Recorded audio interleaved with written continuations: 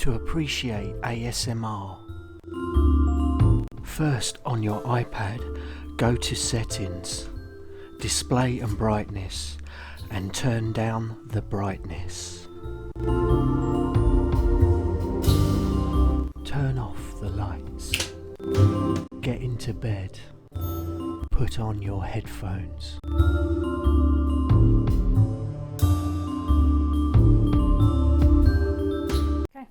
So tonight I'm gonna be reading a story I wrote while traveling on the bus and on the train, and the story is called Twitter and the Dark Night World. Let's start. There was a time when everything was dark. The sun hadn't been discovered yet. All creatures lived happily under the moon. There were millions of stars that lighted the world and made the darkest of the earth corners look splendid. The stars reflecting their faces off the water were incredibly joyful. Everything was ever so peaceful. Creatures looked at them in awe, whispering slowly, so not to break the blissful peace. "Have you seen the full moon?" one creature would ask. "Yes, it was marvelous," another voice would answer. "I think it was the most perfect full moon ever." A third, more excited voice would answer again. Lots of different creatures inhabited that world, from the tiniest 100-legged to the biggest 4-legged. Some were hairy, others were furry and fluffy, and there were more with coarse skin who loved dipping their legs in the water. Many lived high on the treetops to be as close as possible to the stars and the moon. Their eyes were bigger than any other creatures, with tiny teeth and pinky buttoned noses. Their little 5-fingered would gently pick up the smaller of the leaves and quickly, almost furiously, munch on them as in fear of somebody coming along and stealing away their food. Because of their constant munching, the other creatures referred to them as the munchies. Birds of all sorts would fill up the night sky. The most organized of them all were as small as a pea pod. A green head, red spots on their cheeks, and yellow and blue feathers. Their eggs were like tiny peas, which they would lay by the river bank and guard them jealously. They would go around and circle like little soldiers and never take eyes off their precious babies. The weasels, that was their names. They would zoom through the air at a speed record, launching their little bodies up to the sky, through branches and tall flowers. Colorful little wings wide open, sending out joyful thrills of noises. The head of the flock was called the colonel. A slight movement of his head to the right would send the whole bunch to the right. A slight move of his wing up would send them up towards the stars. The only bird that had a mind of its own and worse coordination in the bird world was Twitter. He was called Twitter because of its constant talking and repeating of random words. Twitter was a happy bird, his head always in a cloud. He could not follow orders. He would lose pace and end up going in the complete opposite direction, disrupting the well-timed flight and causing a huge mayhem. Twitter's brain was just wired differently. But let's go back to the munchies. The Munches were always fighting with the long-armed creatures. Small black eyes barely moved from right to left. Big floppy ears picked on any possible sound. They could in fact hear the tiniest of the living soul, noses that would constantly smell anything on their path. They were the dogs of the creatures, even though they didn't really walk like a dog would. They hated touching the ground. The worst nightmares for them was the short walk from the river to the trees.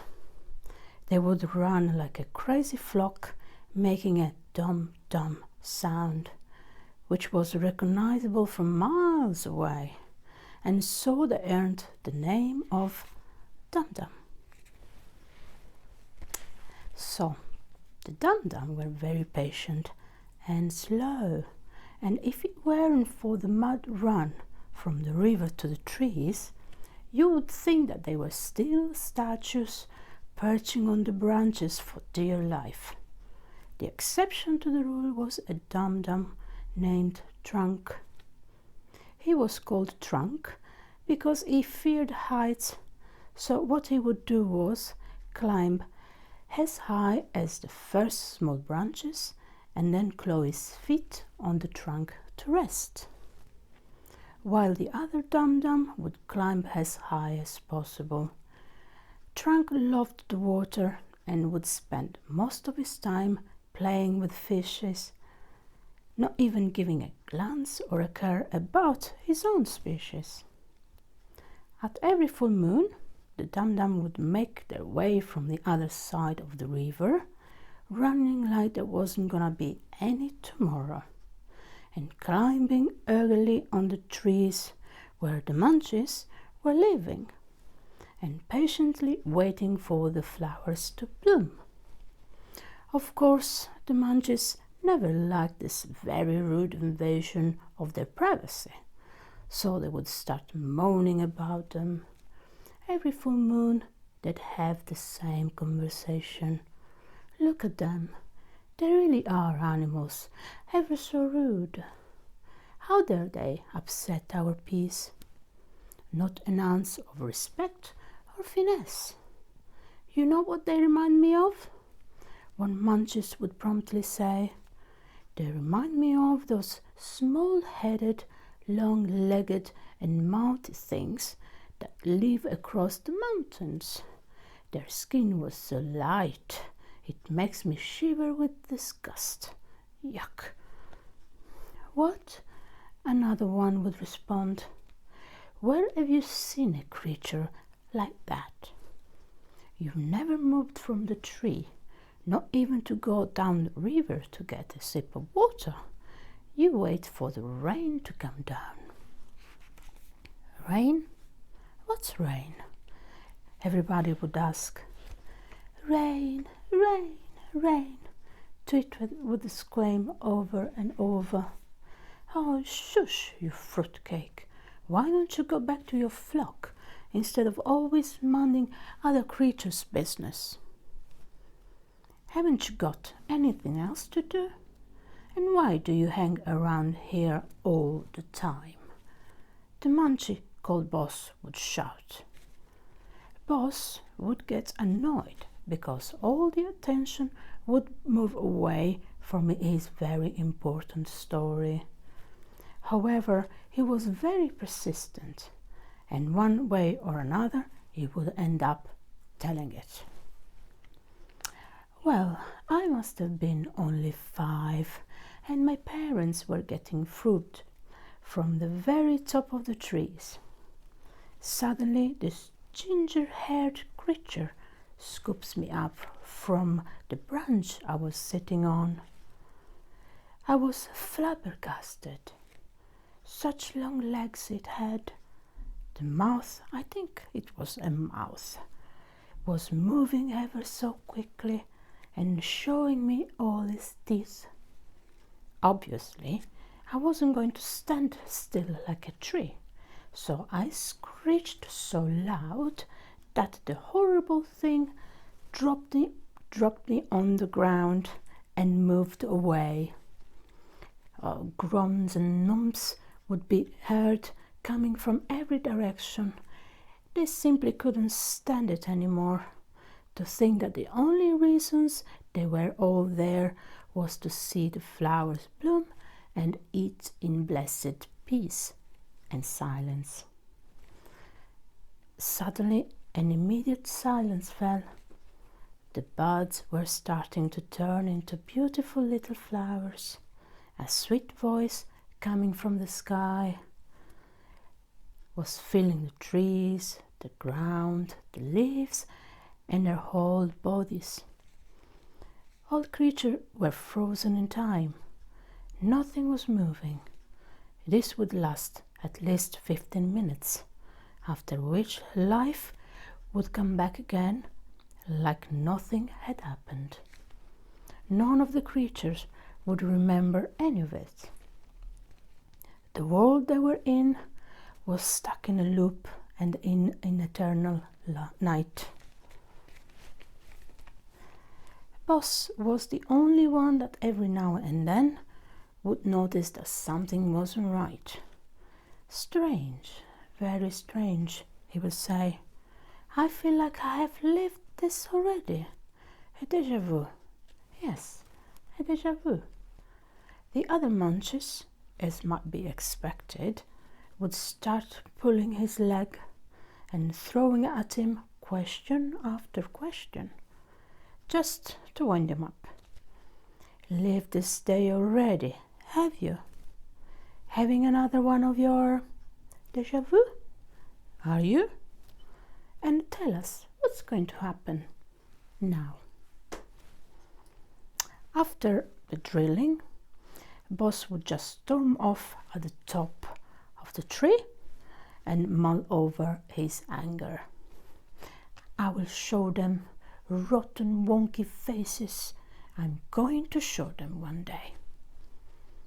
So in all this drama, and as this was the first time in years that he took a bigger offense, he forgot to eat a white flower. The next evening, the whole life circle started again. The munches moaning, the dumdum running like headless chickens, the very annoyed boss, the white flower song. On the 6th night after Boss forgot to eat the flower, he had a troubled face. His big eyes were bigger than usual, going from tree branch to tree branch, restless and unable to find peace or a good spot to settle on. This can't be. I'm going senile here, he was repeating to himself over and over. It might be that I can see the future. Oh, my days. I can see the future. I can seem to remember a clear blue sky, some white clouds, and fresh clean air. Something is going on here, but I cannot understand what is it. He then started to mentally mark down every single second of the day, or in this case, of the night. The unfortunate thing was that as soon as the night would repeat again, the map in his head would just disappear.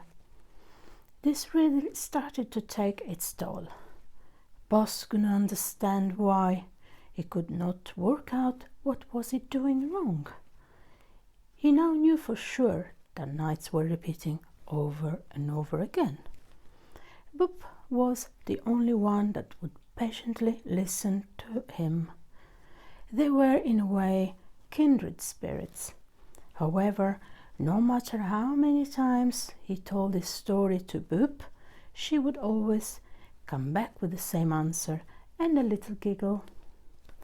You have such an imaginative mind, Boss, and that's why I like you so much. Boss would sigh deeply and smile resigned at Boop. On the 7th night, he just couldn't bear it anymore. talking to himself out loud. What did I do the first night that I'm not doing now? I'm angry at everybody. I storm up at the top of the tree. I say all sort of things. I have a fight with a dumdum that dared to invade my space on my tree branch, and I ate the flower. Oh, jeez Louise, the flower. I didn't eat the flower that night. Could it be? It can be. Could it be? Both Munchies and the Dum-Dum and the birds were looking at him scared, whispering, "He's lost his marbles. Shall we report him to the He? Maybe we should." Bob would then butt in and each time take Possy's defense. "Why don't you leave him alone? He's had a hard night. You're always making fun of him." Naturally, they would all start teasing Boop. Boop was an intelligent creature, therefore she wouldn't take notice of it at all. She would just look at each single one of them, give a smirk, and start eating the flowers. "Don't eat the flowers," Boss said to Boop one night. "I beg your pardon? Please don't eat it. Listen to me. There's something wrong with them. A few nights ago, I forgot to eat them, and all sorts of memories have started to come back to me." "Oh, don't be silly, Boss. We only eat the flowers at the full moon." "Okay then. Tell me, what do you remember about the day before yesterday? And are you sure that the one up there is the moon?" Boop was smiling, trying to give an answer that wouldn't come. "Please listen to me. You will not regret it." After gazing into Boss's eyes, and that for a while it was, Boop said to him, "I am going to trust you. I will not eat it. Are you happy now?" "Oh, yes, yes, that is so great, so great. You will not regret it." Since that night, Boop looked extremely troubled. The once happy face was no longer smiling. She, all of a sudden, was getting her memories back, but she couldn't tell if they were real memories or only dreams. She thought that maybe somebody else should be told about all this, just to find out if the memories were real or just dreams. But how could she convince the other creatures to stop eating the flowers? Their only option was to leave the trees and find out if there was something else out there, so they could escape this very cruel existence. She thought for days and then decided that the only creatures that would venture out of their world were the ones that had a very independent brain, the ones that were shouted at for not doing what they were supposed to be doing, and for being a little ditzy. These creatures were Twitter, the little bird, Trunk, the bigger long-armed creature, and Buzz, and of course Boop herself. So a very unlike fellowship was suddenly born. Night after night, the four unlikely friends would come together and brainstorm plan after plan. But none of them could come up with a proper and workable plan. One night, however, Twitter seemed very excited indeed, hopping from one branch to another branch, looking at everybody's face. Normally Twitter wouldn't talk much because he knew people didn't like him repeating the same thing over and over. But that night he was sure about one thing and one thing only. He was going to repeat the word until all of them would get what he meant. Water, water, water. He was at first whispering, while the others were still talking about the wretched flowers. Water, water, water, looking desperately at Trunk, at Boop, and at Boss. Water, water, water. What is he blabbering about? I swear, I'm going to shoot him down if he doesn't stop yapping. As soon as these words had left Boss's mouth, a whole world opened up for him. Oh my world, you are a genius, Twitter. Why didn't I think of this? Genius, simply genius. All were looking at Boss and Twitter, waiting for one of them to clear the mystery. It's the water. Don't you understand? The water that we drink. It makes us go to sleep. So whoever is doing this to us comes out to do whatever they do when we are asleep. To think that I saw it and no one ever believed me. What are we going to do? A concerned Boop said. What if these creatures don't come to check on us for days? We can't drink or feed forever. Trunk, which in normal circumstances was a very, very quiet creature, said, We do it in turns. Just to say that none of them had ever heard Trunk speak. So when his voice came out, it was a big surprise. Deep, calm, and with a sense of authority. They all were very excited at the prospect of finally solving the big mystery. They all took turns in not eating and drinking. However, as nights were passing by, the initial excitement was slowly fading away. On the positive side, old memories were coming back. The feel of the sun on their bodies, the wind on their faces, the sound of the water lulling them to sleep. One night it was Boss's turn to guard. Lights came on so out of the blue that Boss nearly fell off his branch. He managed to hang on for dear life. His eyes weren't accustomed to such brightness, so he hid his face behind his hands and, standing absolutely still, opened wide his ears instead. I am sick of all this, George, one voice was saying. What are we doing to this animal? It's cruel.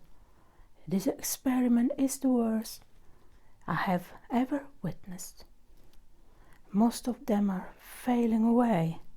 I can't do this anymore. Faith, a thicker and deeper voice responded. Please don't do anything stupid. These people are dangerous. They care about nothing than themselves and making money. Boss was now getting accustomed to the light and managed to have a proper look at the doggers. He couldn't believe his big eyes. The ginger-haired, long-legged creature was there, together with a dark-haired creature with long hair on his face. The ginger-haired was called Faith, while the black-haired was called George. Boss relayed all this the next night. I am telling you, we can get out of here. We just need to get close to that Faith creature. Twitter, in the meantime, was trying to find a tune that sounded as close as to the name Faith as possible. It was very difficult for him. All his brothers and sisters were bigger than him, and they could pronounce any sound so easily. He had a plan in his mind, and the more he was thinking of it, the more he thought that he would work. Getting closer to Faith and being noticed. That was his plan. If Faith wanted to help Twitter world, then Faith needed to know that all creatures were suffering and there was no future for any of them.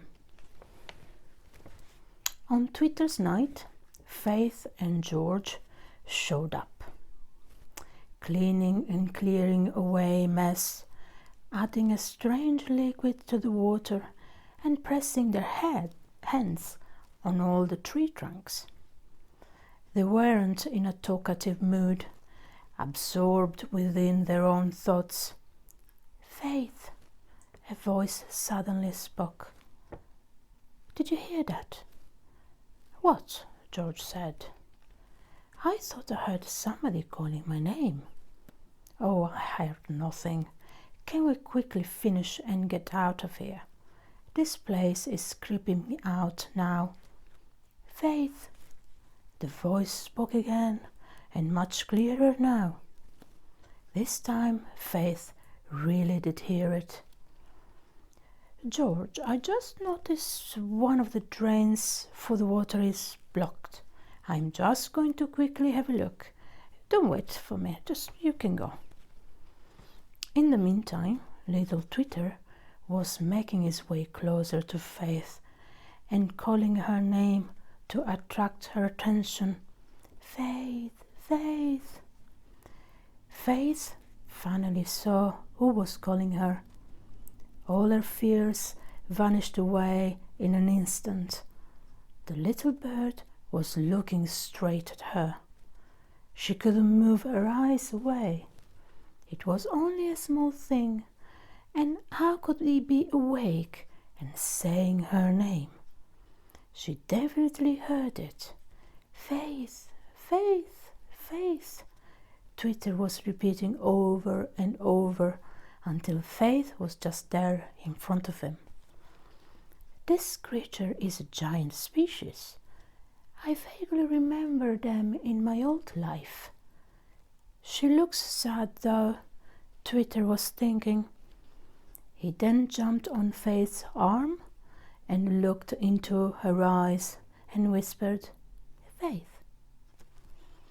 Faith had no words. Her brain had gone to sleep. She just couldn't process what was happening. She couldn't comprehend how this little bird knew her name and how he could say it. It looked like a small parrot. That's end of part 1.